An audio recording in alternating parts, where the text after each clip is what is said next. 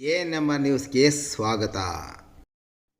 ನಿವೃತ್ತ ಸೈನಿಕನ ಜಮೀನು ಮಂಜೂರಿಗೆ ಲಂಚ ಪಡೆಯುತ್ತಿದ್ದಾಗ ಮಧ್ಯವರ್ತಿ ಮತ್ತು ಇಬ್ಬರು ನೌಕರರು ಲೋಕಾಯುಕ್ತರ ಬಲೆಗೆ.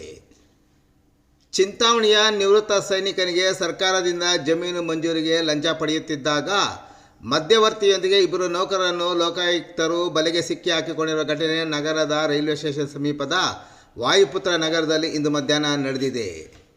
ಚಿಂತಾಮಣಿ ತಾಲೂಕಾ ಸರ್ವೇಯರ್ ನಾಗರಾಜ್, ಗ್ರಾಮ ಸಹಾಯಕ ಪ್ರಕಾಶ್ ಮತ್ತು ರೈತ ಸಂಘದ ಮುನಿಕೆಂಪೇಗೌಡರ ಬಣದ ಮುಖಂಡ ಕದಿರೇಗೌಡ ಲೋಕಾಯುಕ್ತ ಬಲೆಗೆ ಬಿದ್ದ ಮಿಕ್ಕುಗಳು.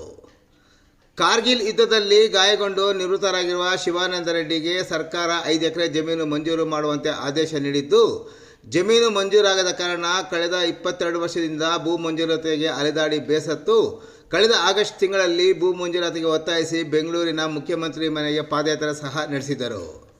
ಅಧಿಕಾರಿಗಳು ಮನವೊಲಿಸಿ ವಾಪಸ್ ಕರೆಸಿ ಮಂಜೂರಾತಿಯ ಭರವಸೆ ನೀಡಿದರು.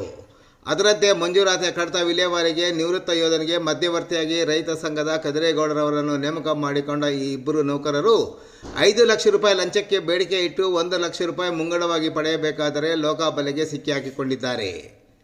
ಚಿಕ್ಕಬಳ್ಳಾಪುರ ಲೋಕಾಯುಕ್ತ ಎಸ್ಪಿ ಪವನ್ ನಜೂರ್ ನೇತೃತ್ವದಲ್ಲಿ ಡಿವೈಎಸ್ಪಿ ವಿಎಸ್ ಭೂತೇಗೌಡ ಮತ್ತು ಪೊಲೀಸ್ ಇನ್ಸ್ಪೆಕ್ಟರ್ ಮೋಹನ್ ನೇತೃತ್ವದ ಸಿಬ್ಬಂದಿ ದಾಳಿ ನಡೆಸಿ ನಗದು ಹಣ ಸಮೇತ 3 ಬಂಧಿಸುವಲ್ಲಿ ಯಶಸ್ವಿಯಾಗಿದ್ದಾರೆ.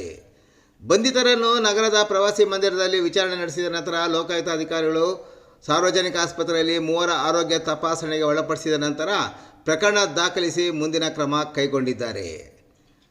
ಕದಿರೇಗೌಡ ಕಳೆದ 3 ದಿನಗಳ ಹಿಂದೆಯಷ್ಟೇ ನಗರಸಭೆಯಲ್ಲಿ ಖಾತೆ ವಿಚಾರದಲ್ಲಿ ನಗರಸಭೆಯ ಪೌರಾಯುಕ್ತರ ಕಚೇರಿಯಲ್ಲಿ ಓರ್ವ ಮಧ್ಯವರ್ತಿಯೊಂದಿಗೆ ಹೋಗಿ ಪೌರಾಯುಕ್ತರ ಮೇಲೆ ಗಲಾಟೆ ಸಹ ನಡೆಸಿದುದು ವಿಶೇಷ.